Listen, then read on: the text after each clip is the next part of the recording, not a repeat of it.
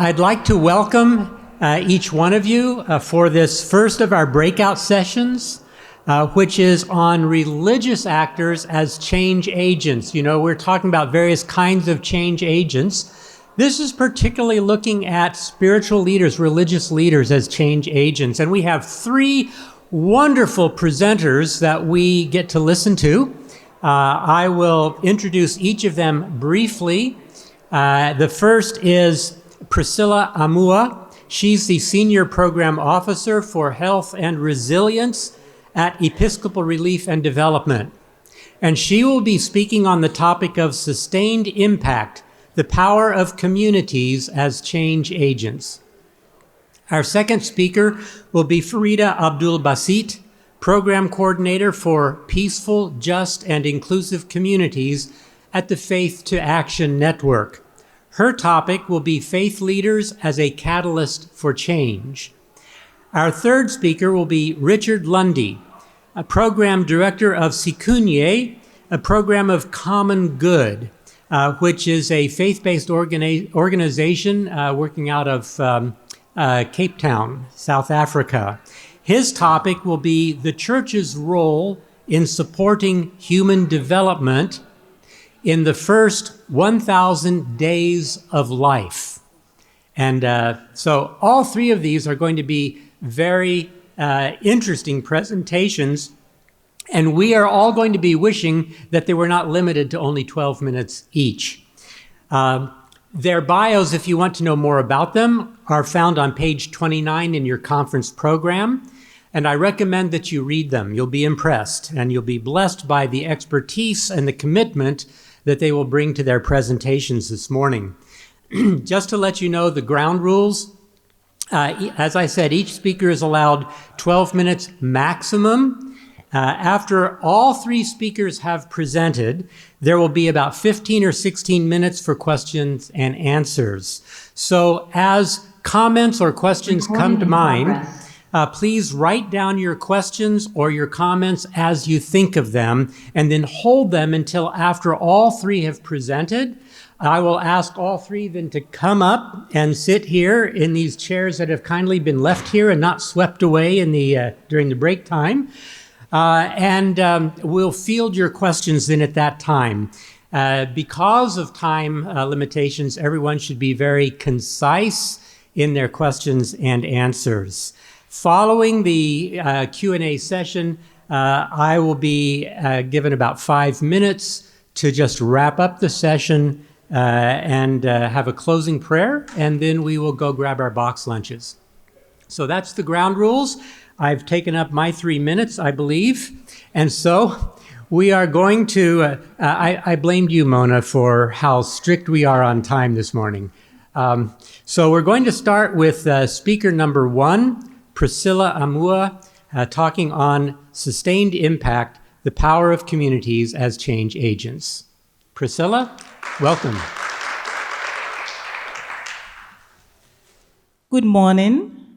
My name is Priscilla Amuah, a Senior Program Officer with Episcopal Relief and Development.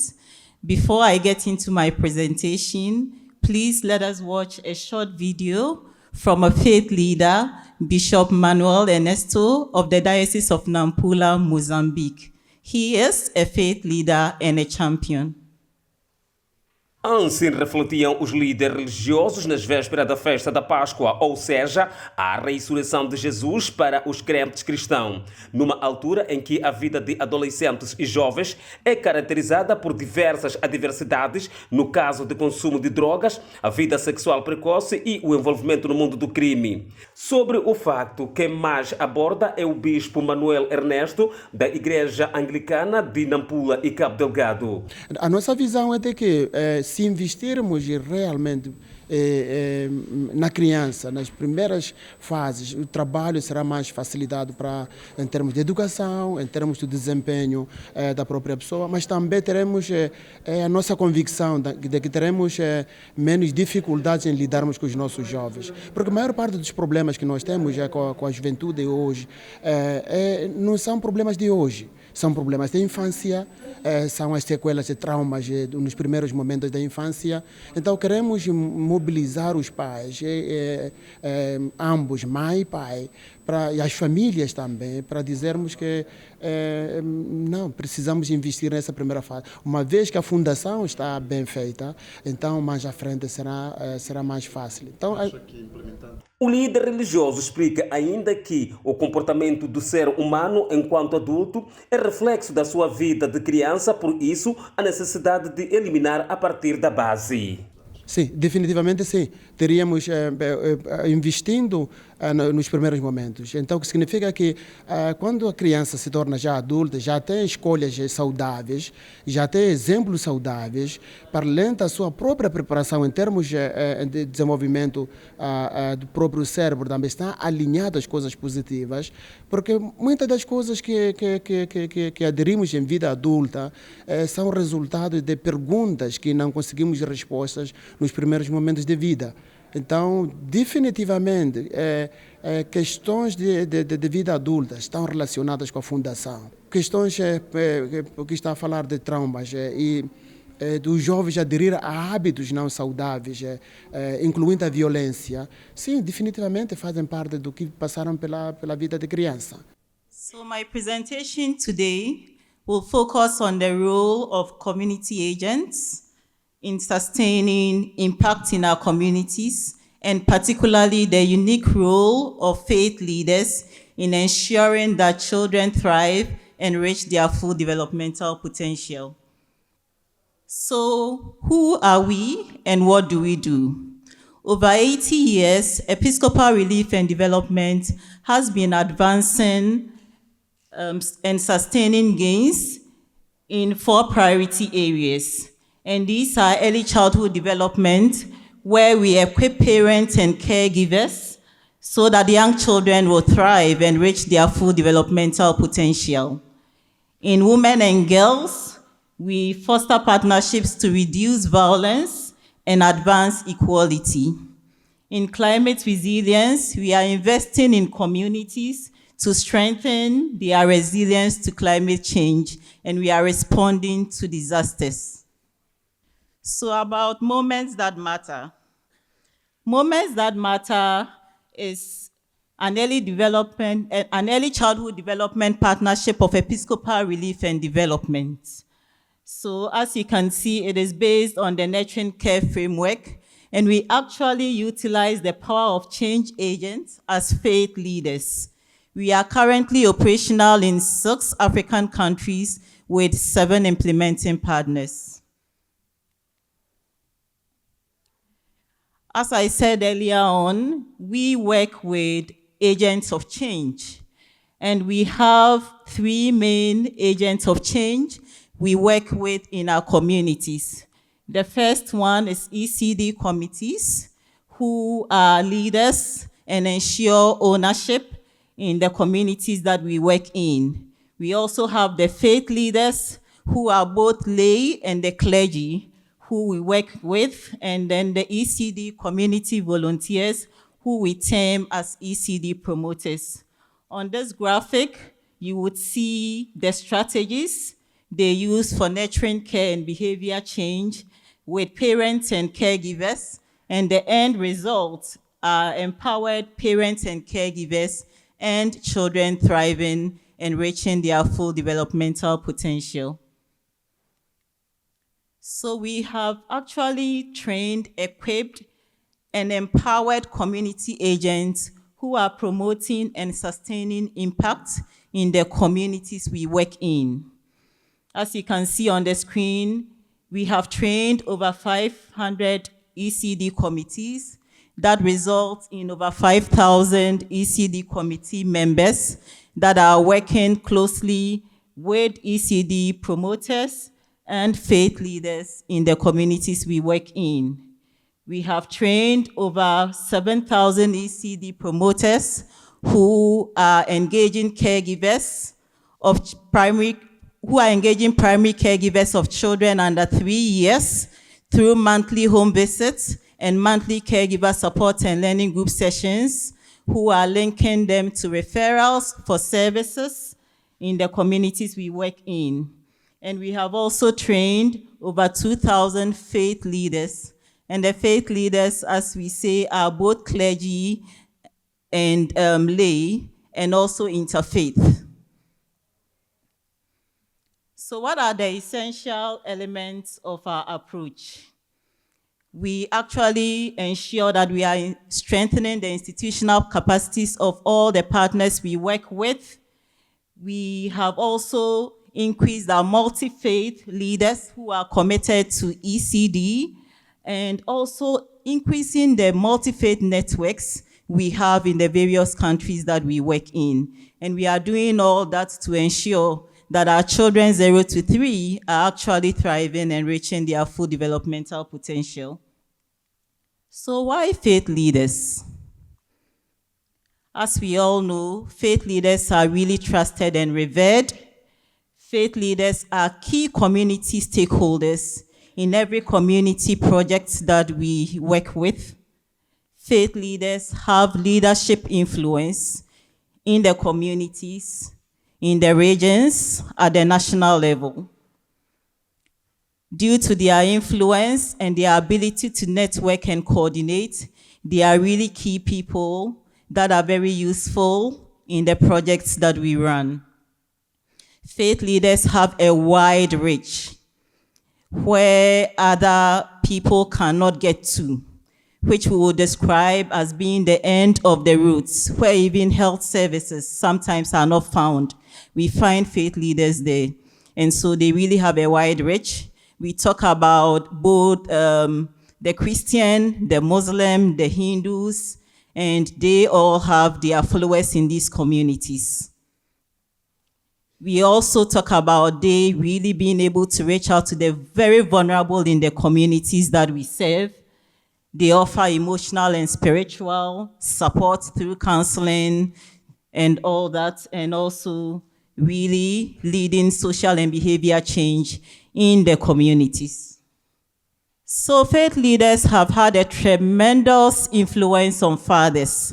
And these are some quotes from our program that shows the unique role of faith leaders in our communities, ensuring that fathers are engaging with their children and supporting their wives.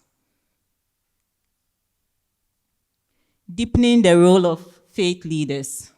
So we have really trained, like I said, I think it was over 2,000 faith leaders, and we have equipped them with resources that they use to share on various platforms to ensure that nurturing care of young children is being achieved in their communities. They are committed and they are skilled facilitators in actually ensuring behavior change. Examples, in some of our recent evaluations that we conducted, there was a high increase of the use of positive discipline versus physical punishment for children under 3 years. There's also gender equitable roles in the families where fathers are supporting their wives, and also a number of interfaith coalitions advocating for ECD in Kenya, in Nampula, in Zambia, and in other areas. So some sustained impacts where faith leaders as champions and stewards of change. The first one is from Archbishop of Zambia, Albert Chama, where he indicated during World Malaria Day about the unique role of faith leaders. So what are our key takeaways? Faith leaders are trusted, effective change agents.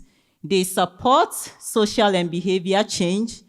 They are powerful and essential in advocating and influencing policy. They transform communities. They transform themselves and also lead transformation in communities. And we have interfaith networks that are unified platforms to reinforce key messaging and also sustain impact in the communities. Thank you so much.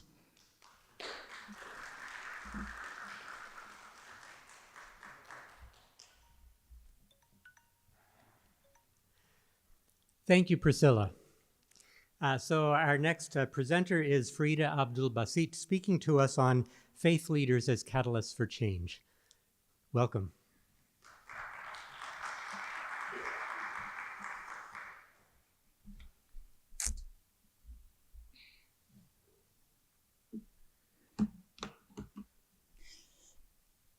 Okay. As we wait, I hope it's not eating into my 12 minutes.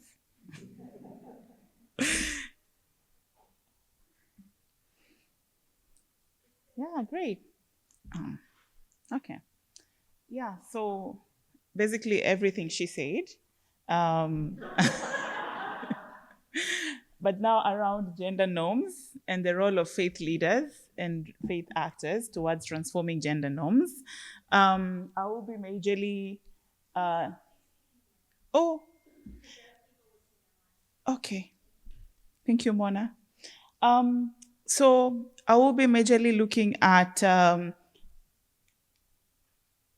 don't know what I'm doing wrong. Okay. Oh, great.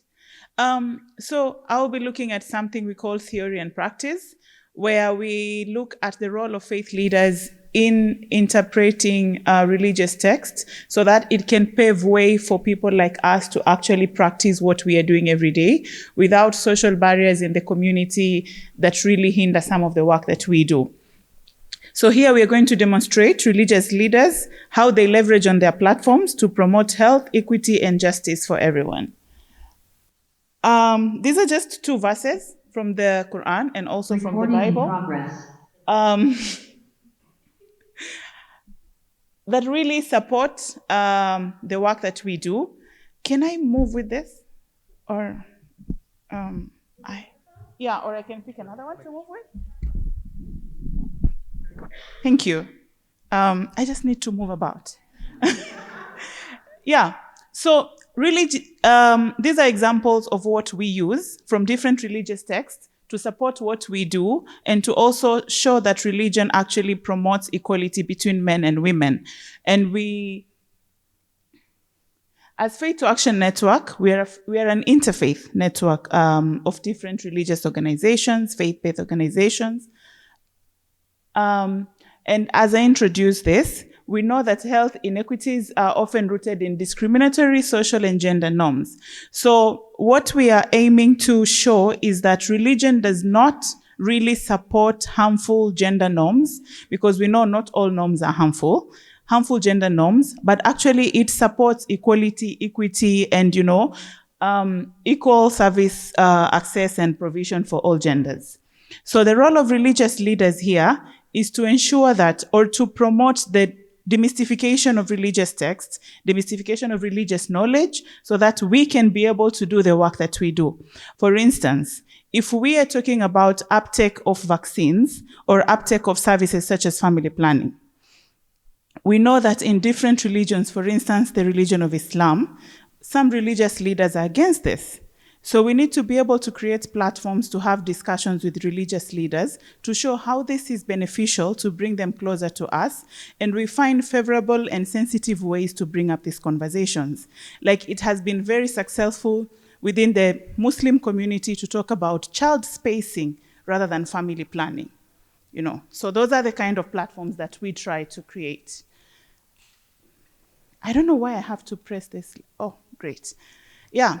So why religious leaders? Number one, because they are trusted messengers.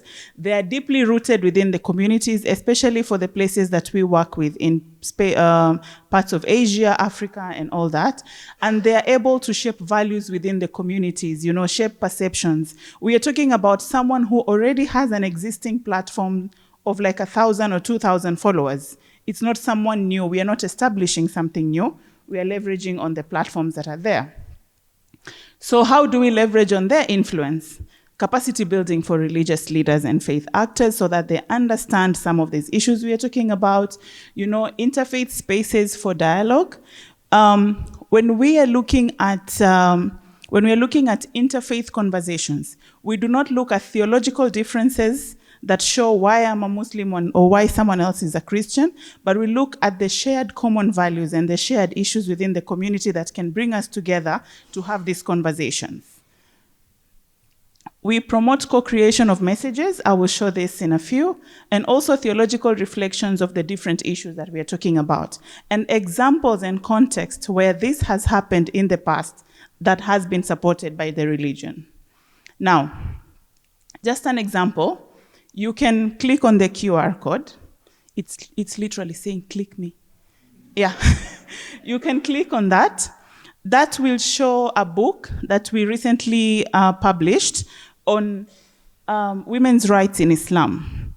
Here we have had different religious leaders bring about theological representations of the different aspects of women's rights in Islam, and we have also practical examples of what people have been able to do in this field.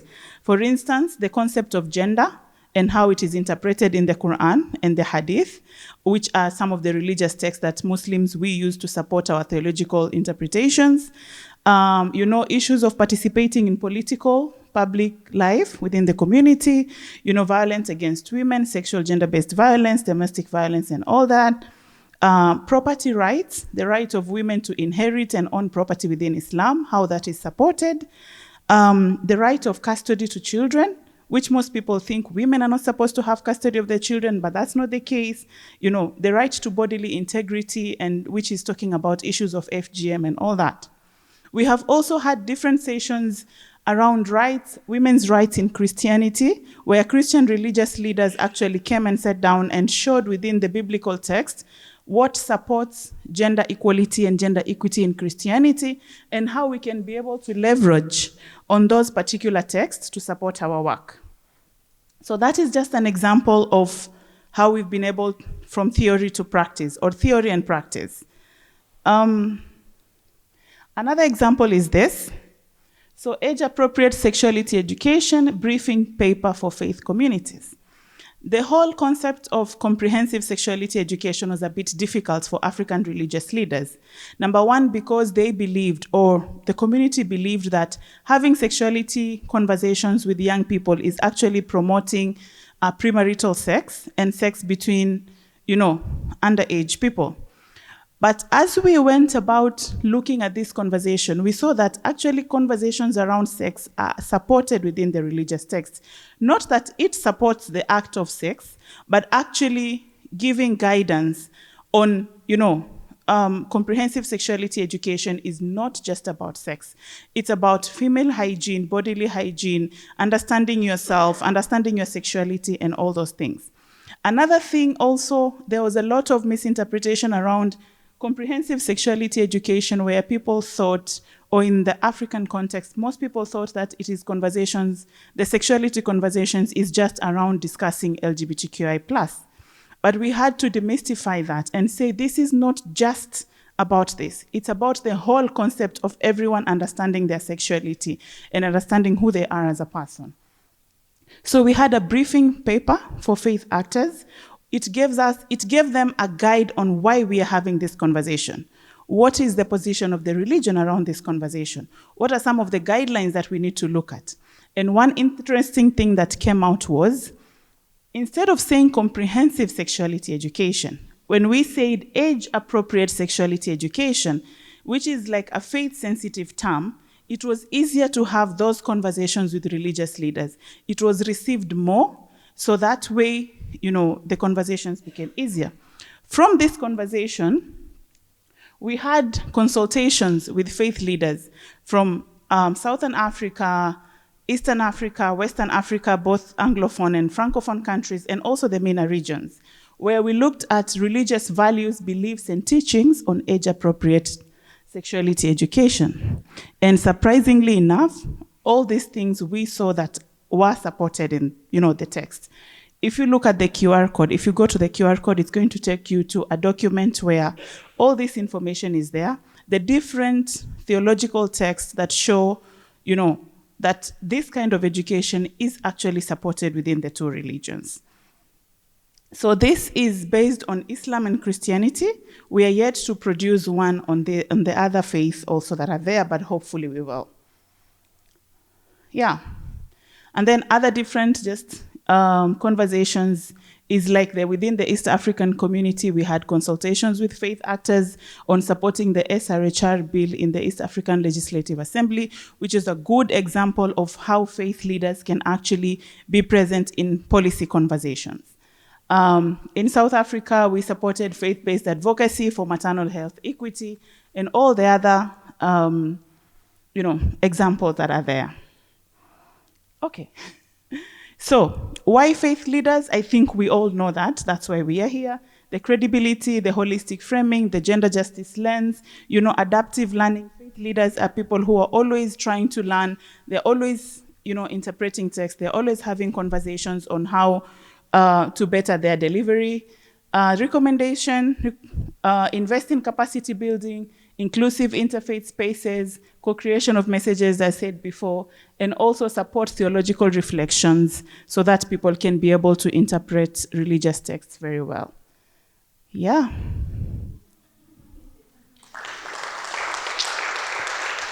Thank you very much. Somehow 12 minutes were very short. Thank you very much, Farida. And now we're ready for Richard Lundie to come up and talk to us about how churches can engage communities to strengthen the first 1,000 years of a child's life.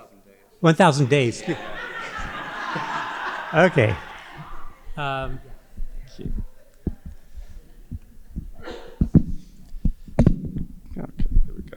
Good morning, everybody. What an opportunity. I thank you for your time today. I'm from an organization called Common Good. We're based in Cape Town in South Africa, and we're a faith-based organization addressing some of our city's biggest issues. And there's a growing body of evidence that speaks to how it is important that we invest early when it comes to health and life outcomes. That for children to succeed, we need to look at the early days. So the first part of my presentation will be sharing about the first 1,000 days, then looking at what the churches can do, and a little bit about the work that we do as Common Good to serve churches in South Africa.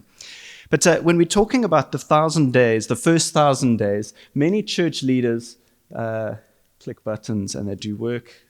There we go. On your marks, get set. Okay, we'll get there. It's just, there we are. The first 1,000 days is talking about the time of conception up to the age of 2. You add those days up and you get 1,000 days.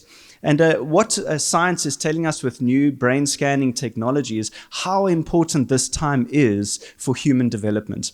In fact, by the time a child reaches the end of the first 1,000 days, the brain is at about 80% of its adult size or weight.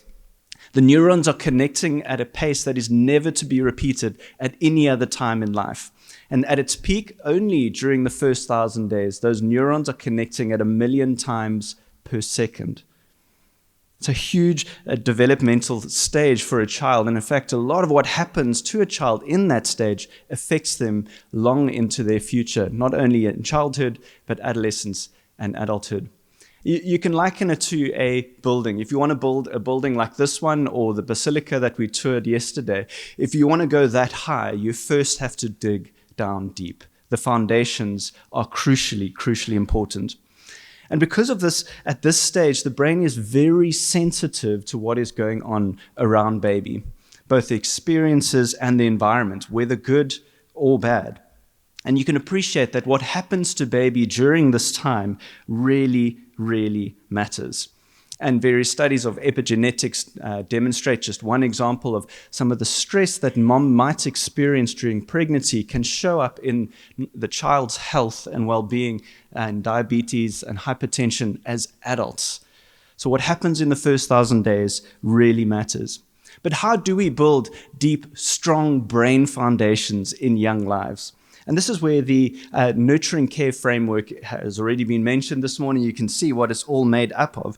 But essentially, if we want to see children on a pathway of thriving, they need 5 things during the stage of the first 1,000 days that you can see up on that screen. And receiving those 5 things sets them up well for future learning and health and growth. Now, what's really important, if we want to see children in our communities thrive and reach their full potential, we need to focus on them receiving enough of the right kind of care, as demonstrated on the screen. But this puts the spotlight on the adult in the child's life, because baby can't send a WhatsApp to mother saying, I need food, or I'm feeling unwell. It's the adult in the child's life that is responsible for providing this care. It's the adult that is responding to baby's cues and providing the appropriate type of response. And so this is not just mom or dad. It could be auntie or granny. And in many communities, children are raised by extended relatives. It's the adults in the child's life.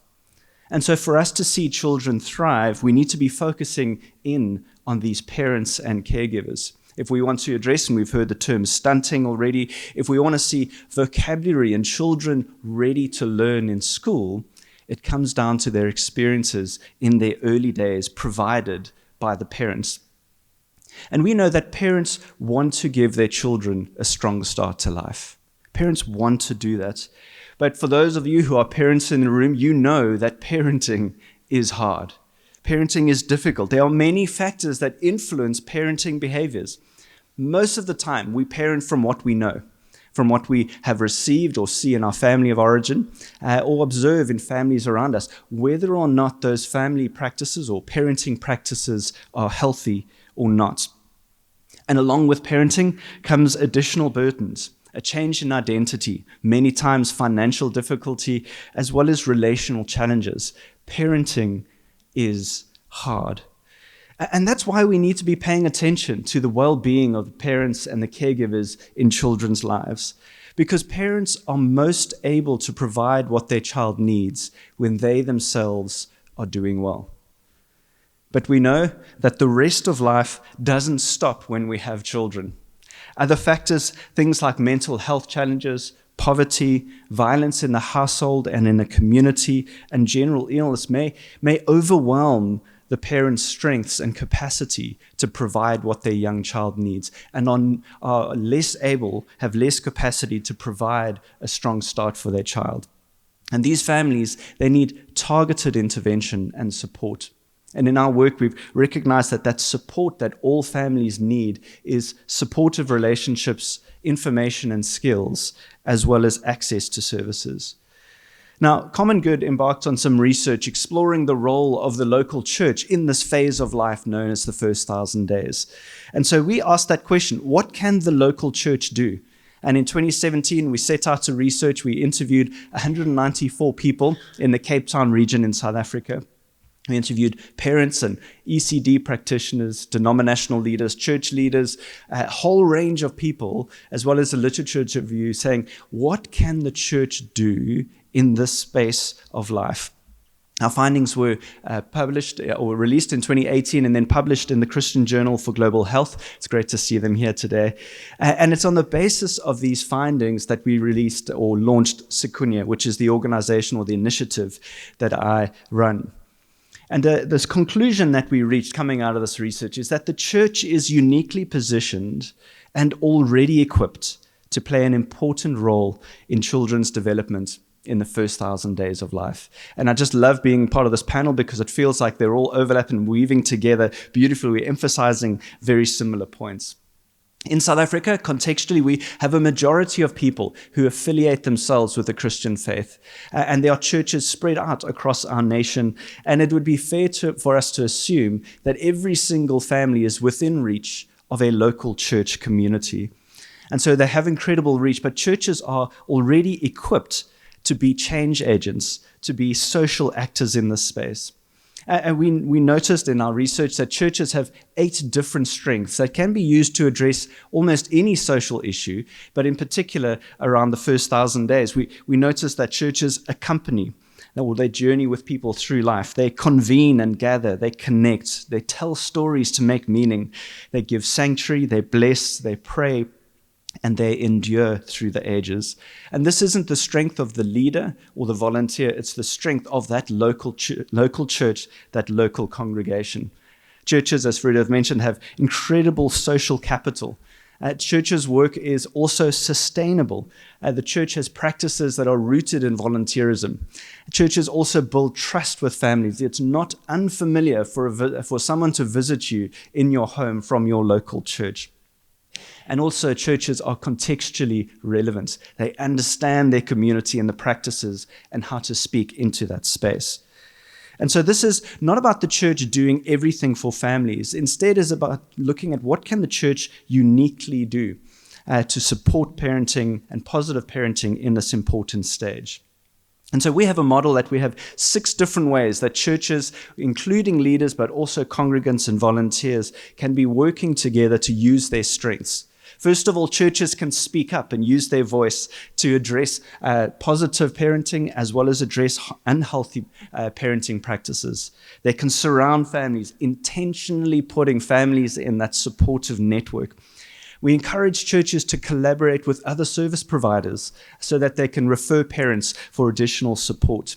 Churches can equip and prepare. They can also be praying for families, providing that intangible and spiritual support, and also create this warm and welcoming environment for families where they can find a sense of purpose, belonging, and identity.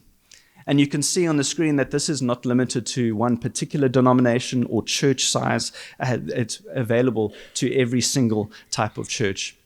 One brief example of a visitor that we trained, a volunteer from a church, we trained them to go and visit families during key moments in the first 1,000 days.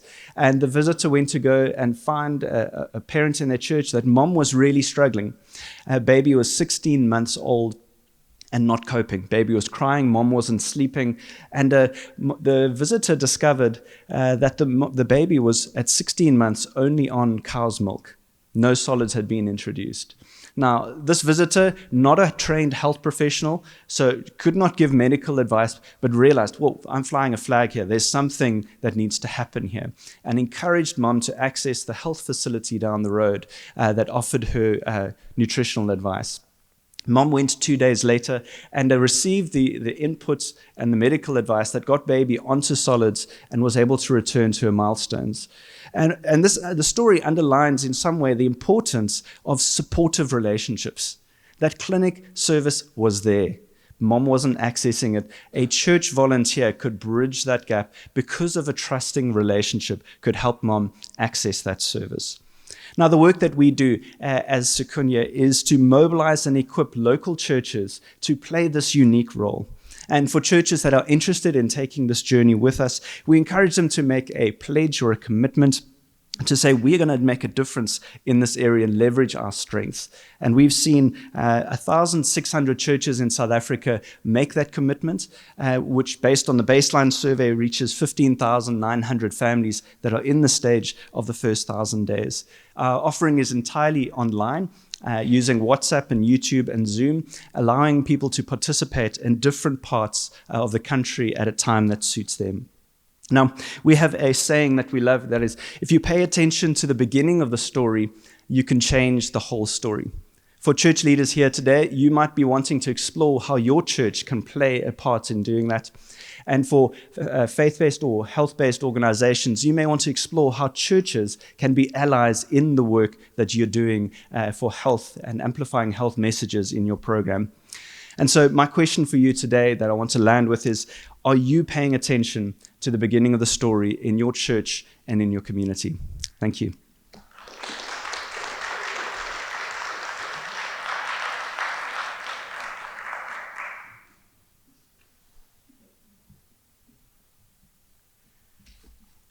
Wow. That was tremendous. We are now going to enter into a time of question and answers. And I realized I've introduced our speakers. I didn't introduce myself. I'm Bob Carter. I'm a family medicine doctor. My wife and I have been medical missionaries in Africa between Zambia and Kenya for almost 40 years. I've been a member of CCIH since I think about 1993. Anyway, and it's always a highlight when I get a chance to come to these conferences. So we're going to, I hope you've written down your questions and answers. Your questions anyway. I'm going to invite our participants to come forward and sit in these chairs. I will moderate your comments and questions. We have about 15 minutes, and then we will take about 5 minutes to wrap everything up. Mona, do you have something to say? Okay. I'm really interested in your resources, but I clicked on the link and it said I needed permission. So I just wanted to make sure. Okay, awesome. Yeah. And thank you for using the microphone, because this is being recorded. And if you don't use a microphone, nobody will know the question or comment. Yeah. Back there. Farida, if you share those with us, we'll share them. Devon McGuire. Thank you, Richard. I really appreciate that. It's enlightening and at the same time quite scary, the implications of what you've shared there, of the degree to which the brain develops in that first 100 days. You made a brief comment there about epigenetic changes and stuff, and that might be a little bit more scary still, particularly nutrition and, the environment stresses and stuff like that. Wonder if you could expand that just a little bit to help us understand how broad the implications are of that particular aspect. And Richard, did you say you're a pastor? Just want to throw that out. Yeah, go ahead. Would you like to answer now? Moderator? No, we'll just take them, and you can direct your question to whoever the presenters you want to ask. Go ahead and respond. Thanks so much for your question. Again, epigenetics is a growing field of saying what is experienced can change the genes inside the fetus. And so what is very scary around that is how many children are in many ways put on a pathway to face additional life challenges. So for a child who's experienced stunting or fetal alcohol syndrome spectrum disorder disease, they're going to face a lifetime of challenges, but they are still worthy of our love and our dignity and our care. And so we're always cautious when we talk about the first 1,000 days. We don't want to write children off to say, if they didn't get the right start, then just ignore them. They're never going to reach their full potential.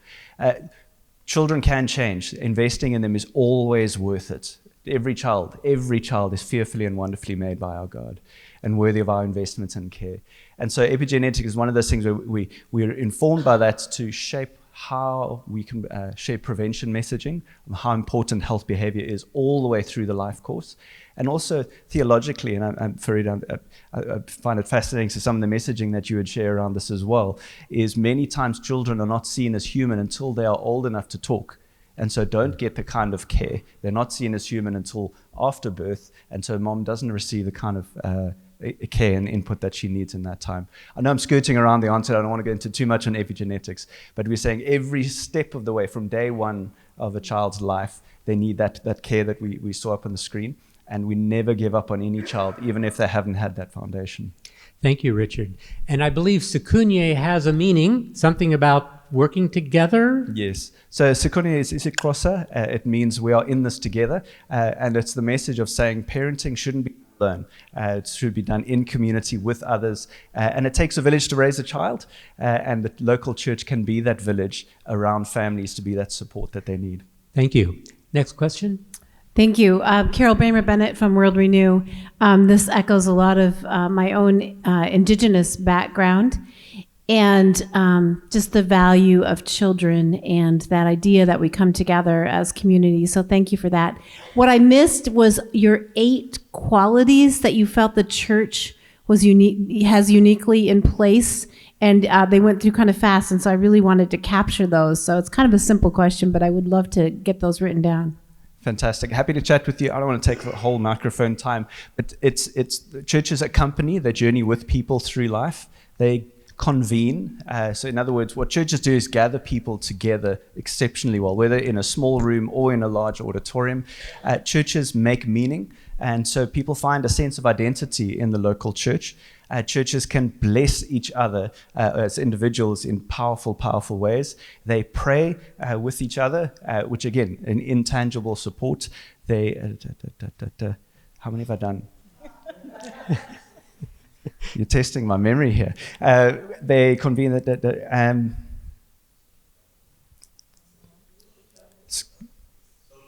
social capital. It's all of those things wrapped up together. That basically churches endure. They last. So you can picture, even in this building we're here today, and the Basilica has outlasted many other organizations. The church is there. And again, these things can be used to address many different social challenges. We've just hooked our model that you saw, those 6 things, saying this is what churches can do. And again, it isn't the church doing everything. It's about doing what is unique to what they're doing, support in a whole of society approach. Thank you. And another question from this side. I want to know, is anybody over? Yes, okay. So Mona's going to have to run from this side to this side. So I'm going to say, do you have a question for one of the ladies? Yes. Okay. Because I would like to have it not be favoritism. Okay. No. Even though we all love Richard. Here I come. Here I come.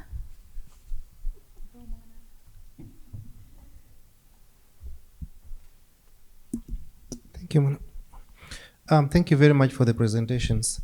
I just want to check with the Faith to Action Network about the comprehensive sexuality education.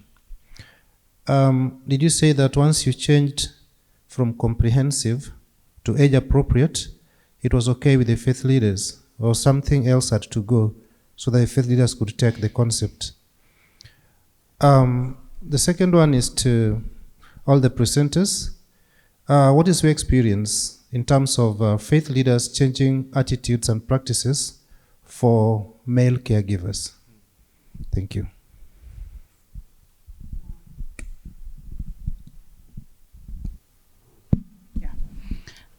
So not that it completely changed the dynamics when we changed the name, but it was kind of easier to have the conversations, because then the sexuality education was broken down into what the faith community perceives as appropriate for people at a certain age. So, for example, this is just an example, we will not go introduce condoms to 6-year-olds and 10-year-olds. So that is how the consultations, the African consultations went. Faith leaders wanted something that is progressive, depending on the ages of adolescents, young boys and girls. So the education would be maybe menstrual hygiene at a certain point of age when it's around girls. It's about purely the whole concept of sex. At what age can we have that conversation, so that it also supports some of the religious teachings that are there. So yeah, there are some different dynamics that I will share all the resource materials with the CCIH team, and then you'll see. But yeah, like that. Yeah, so I will take your second question on faith leaders changing attitudes and practices of male caregivers. I would say it is not easy. It is quite tough because you get into the communities and they have their own perceptions, for example, on physical punishment. But what has helped is that these faith leaders are equipped. They have sermon guides, they have Bible study guides, which they actually use to have conversations and discussions with these fathers.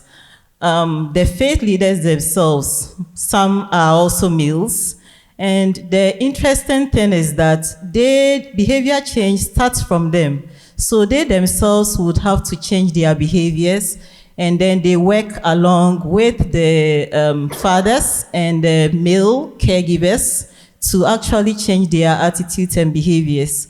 I shared in my presentation that from a research study we had in Kenya recently, and from some evaluations in Zambia, we have actually realized that attitudes and behaviors are changing, but it is not done overnight. It takes some time.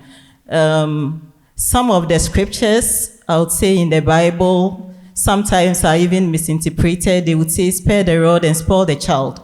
So it takes some conversations around that to really get them to change. And when also they see some progress in their children on their developmental milestones, it really encourages them to then do more. Thank you. Thank you. Another question right here. This is also for you, Farida, but maybe others could comment as well. I'm not quite sure how to ask the question, but I'm curious about with your Muslim faith-based. I worked in a context of non-Arabic speaking Muslim majority, but how much of it was reframing even Quranic texts versus actually teaching Quranic texts that maybe people weren't even familiar with? Was it raising awareness of what was already there, or again, how would you define reframing what was already there?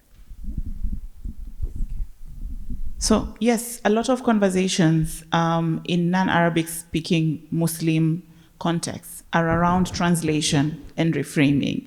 And sometimes it's around the people who are giving the messages to the community. It's more how that person translates the messages and how that person passes the messages. So yes, it's a bit complicated in the Muslim context, because even most of the conversations are around contextualizing the conversations. For example, we do have the bone of contention in the Islamic community of the age at which Prophet Muhammad married his wife Aisha. You know, that is a conversation that has brought about global uproar in terms of conversations around early marriage. But you see some Muslim leaders contextualizing that into, even in the previous African traditional religion, when we still didn't have Christianity and Islam, we saw girls being married off at the ages of 13 and 12. So it is not just a Muslim-specific kind of example that has happened. Even in non-African traditions where we saw girls getting married at that age. But when we bring that into the context that we have right now, things are different. Even how a child develops and matures during that time. At that particular time, young girls were being raised into marriage. They are being trained as wives. At this point, how many people are training their 13-year-olds to be wives? So are we really just bringing them into failure when we promote early marriage in this kind of context that we have right now?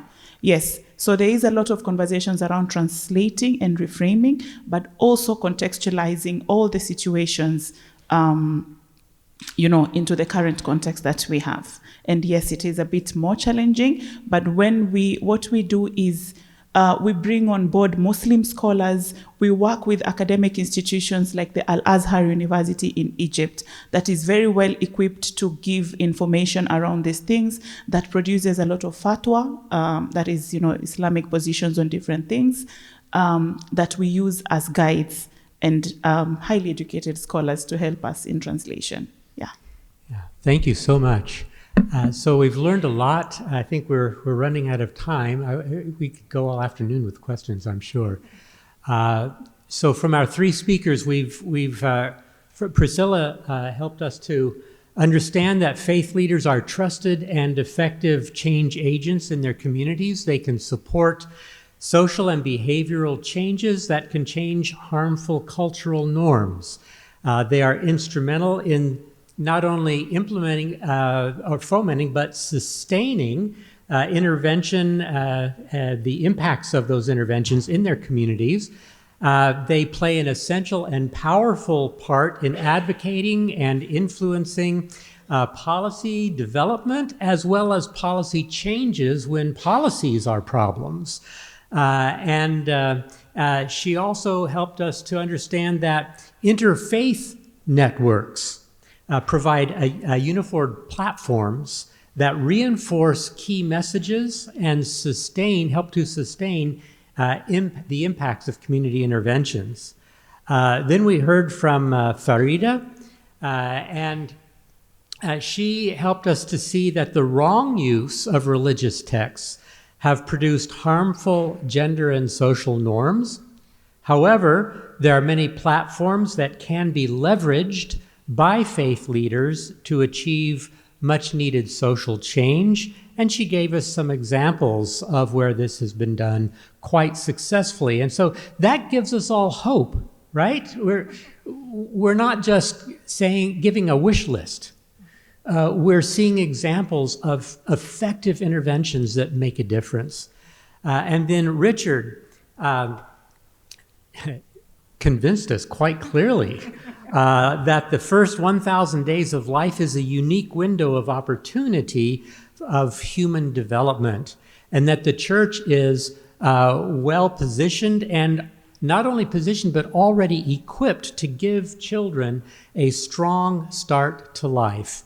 And that churches can collaborate together with health agencies and other members of the community to ensure that young children are cared for well in those critical first 100 days, not years, days of life. 1,000 days. Wow, I'm having a problem with numbers today. So we have had a rich feast of very helpful and inspiring information that I hope we can remember those key takeaway points and put them to good use when we go back to our places of service. So I would like to take this opportunity to thank Priscilla and Farida and Richard for wonderful presentations. I want to thank you for coming and for asking excellent questions, which gave them a chance to enrich us even more. And I would like to close us in a prayer. All right, let's pray. Heavenly Father, we just give you thanks for the rich time that we've had this morning. It has been such a banquet all morning long. And these presentations have really been a wonderful way to end the morning. So thank you for this feast. Thank you for being present with us. Lord, we ask that you would secure in our hearts, our minds, our spirits, the truths that we have encountered this morning. May your Holy Spirit continue to dwell in each of us and to guide us and to sustain us. May you continue to speak to us through the various speakers, the plenary sessions, those events in this annual conference that are yet to come. We are just so looking forward, based on what we've already experienced, with what you have still prepared for us. So we give you thanks for these things, and we ask your blessing upon the box lunch that we are about to have. And may you enrich our conversations. May you give us divine appointments in the conversations, the people that we come in contact with during this lunchtime. Lord, may your good news be made flesh in each one of us throughout this time. We ask in Jesus' name, amen.